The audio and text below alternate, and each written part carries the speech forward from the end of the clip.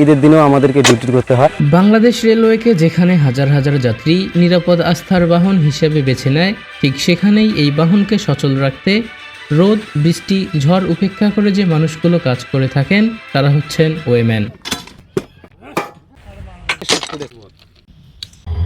ওয়েম্যানরা যুগের পর যুগ ধরে অবহেলিত হয়ে আসছেন। তাদের অক্লান্ত পরিশ্রম, শরীর থেকে ঝরানো ঘাম আর ত্যাগের মাধ্যমেই সচল আছে ট্রেনের চাকা।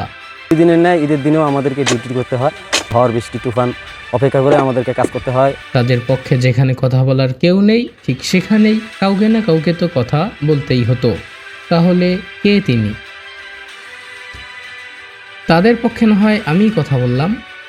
ওয়েম্যানরা ট্রেনের চাকাকে সচল রাখতে দিনরাত যেমন অক্লান্ত পরিশ্রম করেন, ঠিক সেভাবেই তাদের ঈদের দিন এবং বছরের প্রায় প্রতিটা দিনই রেল লাইনের তপ্ত রোদের মধ্যে কাজ করে যেতে হয়। আমরা দেশের সেবার জন্য এখানে আসছি, রেলের সেবার জন্য আসছি। আমরা এখানে রেল লাইন বা রেল ট্র্যাকের কোনো সমস্যা হলে ঝড় বৃষ্টি বাদল শীত উপেক্ষা করে আমাদের ডিউটি চালিয়ে যেতে হয় এবং যথাসময়ের মধ্যে রেল লাইন ফিট দিতে হয় যাতে রেল যোগাযোগ সচল থাকে।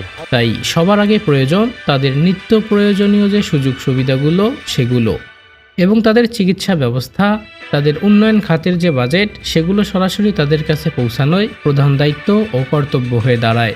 পরিবারের জন্যই তো আমাদের আসলে মূলত এটা করা। আমাদের সবারই পরিবার আছে। পরিবারের আমাদের ছুটি যখন হয় তখন তো আমরা আমাদের সবার পরিবারের কাছেই ফিরে যাই। আবার কোনো ইমার্জেন্সি কল হলে বা লাইনে কোনো সমস্যা হলে সারা ডাকলে আমরা আবার চলে আসি আমাদের রেলের প্রয়োজনে। কিছু সময় শুনতে পাওয়া যায় এই ওয়েম্যানদের সঙ্গে যে বাজে ব্যবহার করা হয় সেই দিকটাও বিশেষভাবে বিবেচনা করা প্রয়োজন।